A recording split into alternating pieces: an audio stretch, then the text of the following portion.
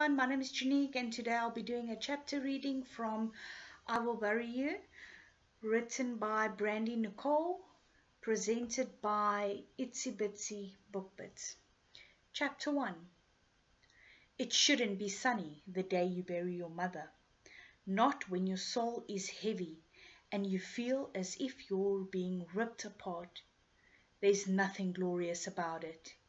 Yet here we are, standing under the bluest sky this town has seen in months. The glittering reflection of the sun causes my eyes to water. Wiping away the moisture, I curse the person who decided to place a pond in the center of a cemetery. It has been nothing but an annoyance in the city's side for decades, always flooding and causing the soil to soften and the graves to cave in. Aunt Meredith catches my arm, her cry silent, her face wet with sorrow. Alice Ann Kelly was a well-renowned spirit, a beloved mother, sister, and friend. She lived her days on the cliffs of northern Newport, where she inhaled the sea and exhaled her dreams. My nails dig into my right palm, the skin breaking with crescent shapes. I glare at the Reverend Mark Arris as he drones on about a woman he'd never met, but acted as if he knew her his whole life. As if he knew her, as if any of these people did. They only crawled out of their homes when there was drama to be seen.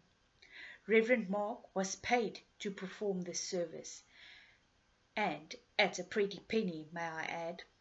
Aunt Meredith had called on a friend who had contacted her priest who wouldn't perform the ceremony because Mama wasn't Catholic. The priest ended up calling an acquaintance and giving him Aunt Meredith's name. After giving us a quote, and with no other option, and the funeral fast approaching, Aunt Meredith agreed to hire the schmuck. Our neighbor, Miss May, wipes at her eyes and hugs her son Alex to her side. I don't make eye contact with either one of them, but instead keep my eyes on the casket. I can't look at them. If I do, if I see their sorrow, I will lose the battle stirring inside me, the battle I'm ignoring and keeping shoved down deep. I have to remain strong. Aunt Meredith needs me. As the ceremony comes to an end, I spot a man dressed in all black with a mobster-style hat to match, standing next to the pond. I don't make eye contact with him, but do try making out the small amount of features visible. Strong, square jaw with slight stubble, a scar that runs over the right of his lips. Before I can make my eyes wander to his, he turns and walks toward the parking lot. Intrigue has me stepping out of Aunt Meredith's grip and toward the man. Who is he, and how did he know my mother? My trance of needing answers is broken when Aunt Meredith stumbles forward and almost falls to the ground. I reach out and grab her frail arms. Are you okay, Aunt Meredith? Guilt spears through me as she straightens. I've gone 19 years without answers. No need to kill my aunt to get them today. One day I'll know, I hope. Fine, child, she pats my hand with comfort. Just a little worn out is all. Giving the man's back one final glance, I tuck Aunt Meredith's arm under mine. Let's say our final goodbyes, shall we? The battle inside starts to win at the thought. My throat burns as a knot of emotion swells up inside of me, but I swallow it down. Not now. Aunt Meredith offers a kind smile, the lines of her face creasing behind her dark glasses. She pats my arm, somehow sensing my distress. It's never final, dear. Well, that mark of creepy should keep the weepy tears away. Leave it to Aunt Meredith to get cryptic. We placed the 2 black roses on Mamma's casket alongside the red ones the maize brought. As the Reverend gives Aunt Meredith a mouthful of fake sorrow and words for a bright tomorrow, I stare at the velvety, blood-red petals. The sinister colors blend, the symbol of love and death. A tear rolls down my cheek, but with an angry swipe, it's gone. Telling Aunt Meredith to stay put, I walk over to the bouquet of white roses sent by the gardening club and pluck the longest stem. I place it on top of the crimson and black roses, the symbol of life, ceasing the battle of pain inside of me, if only for now. How lovely! The Reverend's wife steps away from her piano keyboard, sympathy heavy in her eyes. The mark of death, love and beginning of a new journey. I love the gesture, and I'm sure your mother would too. Anger boils inside of me.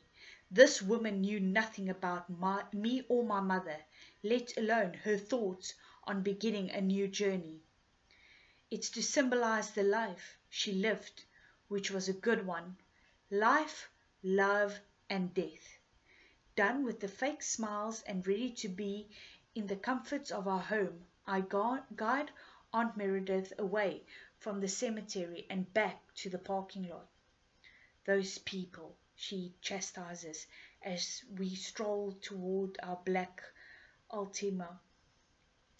There's common courtesy, sure, but that was just plain over the top creepy happy. I laugh. Aunt Meredith never was one not to speak her mind. I know, right? Did you pay extra for that? I spot the car and pull the key fob from my purse. The lights flash as I unlock the doors and lead Aunt Meredith to the passenger side. Once she's settled, I slow my pace as I walk around the car to the driver's side. A small moment to breathe in the quiet. It's all I wanted. At their price, I'm sure it comes with a package, she scoffs, picking up our conversation where we had left off. The drive up the coast is bright and winding. I again curse the day for being so sunny and cheerful. My mother is dead. Why does the world not weep with my sorrow? I'd always believed the elements of the earth somehow aligned with my spirit. As a child, I believed this so much that when it stormed, I would lash out in anger, claiming the wildest of stories. And when I calmed, the storm did as well. Now that my mother is gone, I'm sure it will never be right again. I've been thinking, dear, about your college future. It breaks my heart Aunt Meredith considers even thinking about anything other than Mama. Screw cancer and the havoc it has wreaked on our lives.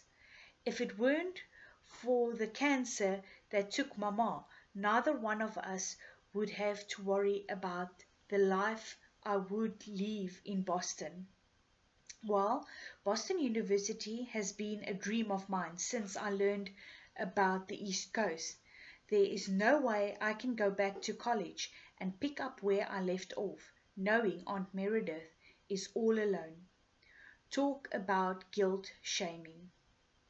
Aunt Meredith, please don't worry about that. I'm not leaving you. I'm not going to lie and say it doesn't suck. I love everything about Boston University. The city, the quick drive to the country, the atmosphere. It is charged with a different air than what seems to weigh down Newport. Whereas this town is full of nosy neighbors and stern looks. In Boston, I can walk the streets and keep to myself, and no one is the wiser. That's nonsense. You most certainly will. Aunt Meredith dabs the tissue she has wadded up in her hand over her eyes and takes a deep breath. The moment feels like a final breath, as if whatever she is thinking is final in her mind. No more internal debate about it. It's intimidating, considering it has something to do with me, and it is obvious I am getting no say in the matter. The moment I get off the phone with you after your mother passed, I knew what I had to do. I called Cliff Manor. My stomach plummets at the mention of that place, a knot forming in my throat again. She is out of her mind if she thinks I'm going to send her to a retirement home. Forget it. That is not an option. She crosses her hands on her lap, content and looking as if she is arguing with a 5-year-old who is not about to get her way. Lucky for me, it is not up to you to decide. All has been settled. The need to argue rises in me as I pull up our drive and put the car in park with a bit of force. But Aunt Meredith beats me to the debate. And I can't, for the sake of my own peace of mind, let you ruin your life for me. I've lived my life. It's time you live yours. You've already got a head start in Boston. You need to finish it, dear. I'm not going to lie to myself and say it isn't what I want, but in good conscience, I can't just send my aunt away to rot in a retirement home just because Mama died and can't take care of her. She is still young at the beautiful age of 58. It will be fine, Aunt Meredith. It is a nice facility with game nights and trips to the beach during the summer. I will be well taken care of and entertained. I tightened my hands on the steering wheel. Mama had a lot of left to live for too. I appreciate the consideration, but I can't possibly. You can and you will, she says, interrupting me. Her gentleness leaves and instead is replaced by the demanding woman I see so often. I will ask that you stay here and help me pack up the house. I'll leave it to you as to whether you keep it or not. But the materials inside are good and should not be left to rot. A donation truck will be here in 2 days. The antique store in town is expecting a delivery Friday. After that, all that's left is for you to take me to the manor. Then you can see that it's a wonderful facility and have some peace of mind before leaving for Boston. So many emotions roll through me, knowing it's what I want, but feeling guilty for it. It's all so much, so final. Boxing up Mama's belongings, selling the furniture to the antique store, putting Aunt Meredith in a retirement home. Too fast. It is all too fast. The battle inside starts to win, and a lump forms in my throat again. My mind screams in panic. I rush out of the car, feeling as if I'm suffocating, so I take in deep, harsh breaths. You okay, dear? Aunt Meredith stands out of the car, her eyes void, but her concern deep. She must have heard the slight wheeze in my drastic breaths. I take her hand, hoping to calm her worries. I'm fine. My voice is still wobbly, but I hurry her up the walk in hope she doesn't question me further. The second step creaks as it always has. The screen door's hinges protest seconds later. Oh, how we've needed a handyman, but never could afford one. Every last dollar Mama made sewing went toward the bills and groceries. Lest I forget my therapist. She costs a fortune. She would flip her lid if she knew I quit taking my meds after joining a holistic group in Boston. As would Mama and Aunt Meredith. In order to become a peer member, I had to get rid of all the things that were intoxicating my body. Antidepressants aren't exactly pure. 3 months clean, and I can honestly say I feel fine. Aunt Meredith settles into her chair by the fireplace and flips on a switch by the side table. The pop of her electric fire logs start to hum, the electric wires warming. Mamma had found them not long after Aunt Meredith's accident. Aunt Meredith loved sitting by the fire and reading her books daily. Mamma had vowed to give Aunt Meredith as much normalcy as she could, including her fireplace. There was no telling how much Mamma ended up spending on the electric logs. Nonetheless, Aunt Meredith loved them, and they were easy for her to work on her own. Retrieving her headphones and iPad off the mantel, I tuck her in nice and tight with her mysteries before heading to the attic. Aunt Meredith stops me as my foot touches the bottom step, her headphones dangling from her fingertips. I wouldn't spend too much time going through the things in the attic. A quick glance should do. I don't want you wasting time on nothing but junk your mother couldn't part with. I know a fishy story when I hear one, but I agree anyway, now more intrigued about what is hiding amongst all the clutter. Anything else? Yes, leave me be until dinner. I'm curious to know if Rowena dies or not. I laugh, the first time in days, as Aunt Meredith puts in her earbuds and hits play. There are many things Aunt Meredith enjoys, but one as passionately as she does, but none as passionately as she does her cozy mysteries. It had taken years to convince her to give audiobooks a try after losing her sight. She would often complain about missing her books and would sit around all day holding them. The scene was heartbreaking, but not as much as the memories to waking up and finding Aunt Meredith still curled up next to the fire sleeping at 3 in the morning with the book open. Mom and I finally devised a plan to sucker Aunt Meredith into listening. I started it by playing an audiobook over the surround sound. Once Aunt Meredith was hooked, Mama came in complaining about the noise and said she couldn't take it. She gave Aunt Meredith an ultimatum. Headphones or no stories? Headphones it was. The musty smell of all things old and locked up attacks my senses as I open the attic door. I flip on the light switch next to the door. A small light hangs from the center of the room.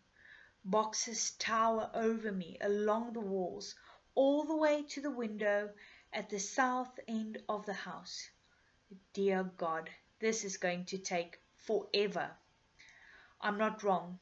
At least I don't feel wrong.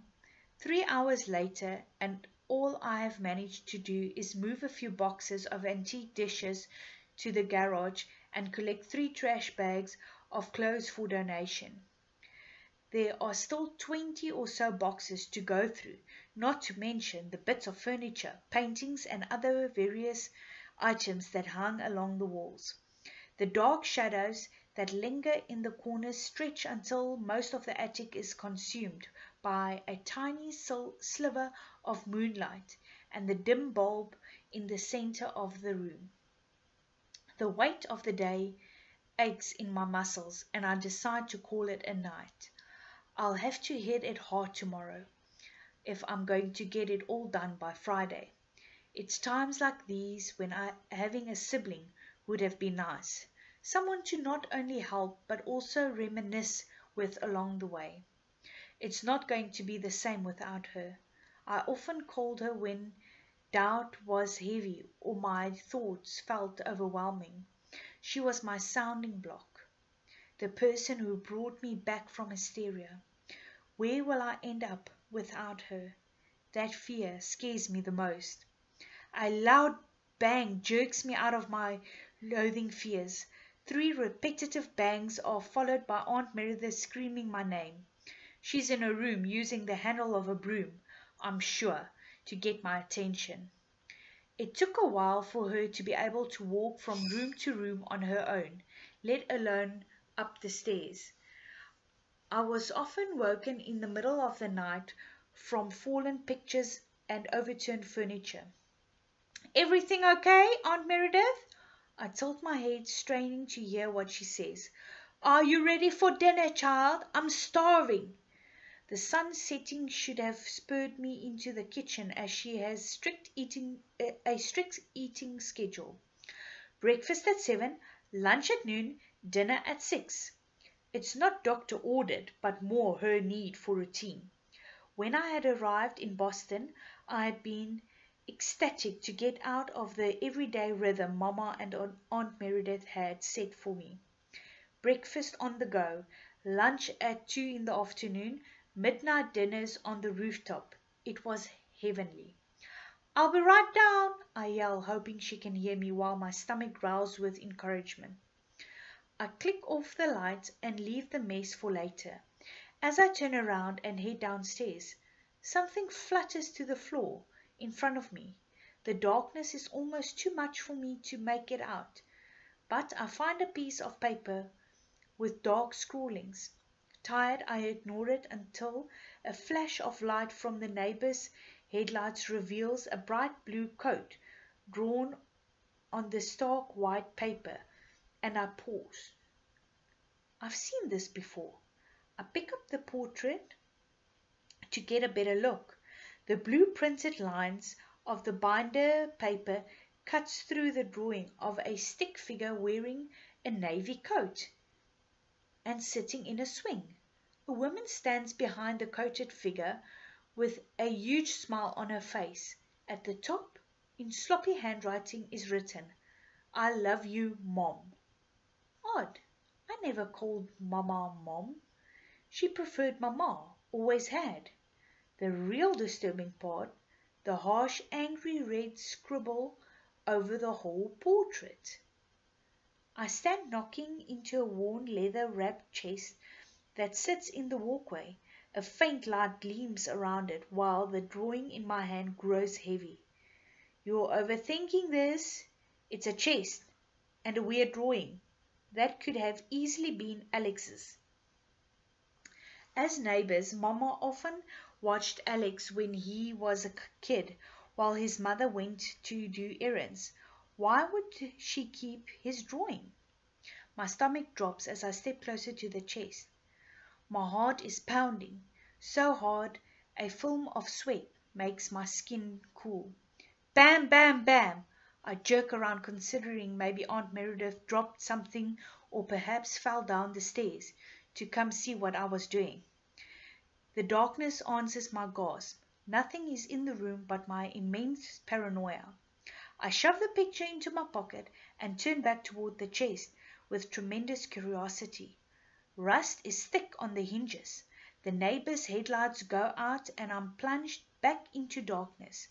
Pulling out my phone, I turn on the flashlight and look around for something to pry it open with, but there's nothing strong enough to break the bolted silver lock on its front. My phone rings, causing me to jump. I turn the screen around to see it's Aunt Meredith. Oh, that woman! Yes, I answer while running my finger over the dust covering the top of the test. What's hidden inside of you? What's taking you so long? She snaps, irritated. You said you were coming down 30 minutes ago. 30 minutes, maybe 30 seconds. The impatience and dramatics of that woman is unbelievable.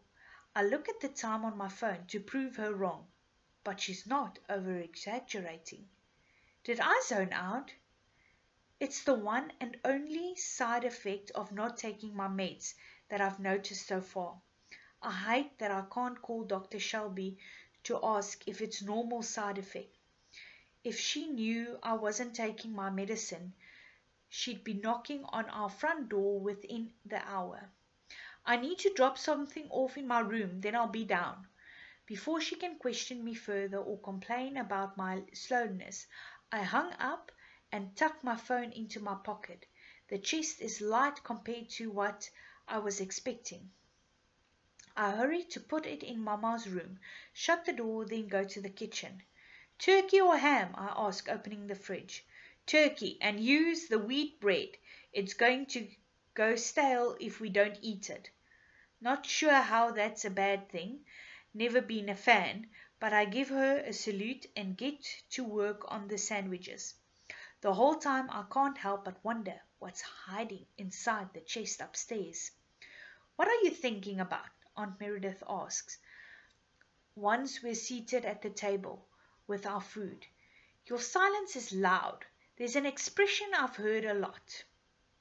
Never did I understand how loud silence can be until Aunt Meredith went blind. Then it became an everyday complaint.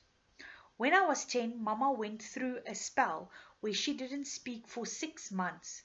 I would cry and tell Aunt Meredith that I missed speaking to Mamma and how I hated the silence. Meredith would always say Mamma's silence was louder than our words. I didn't know why Mamma was silent all those months, but I began to understand what Meredith meant.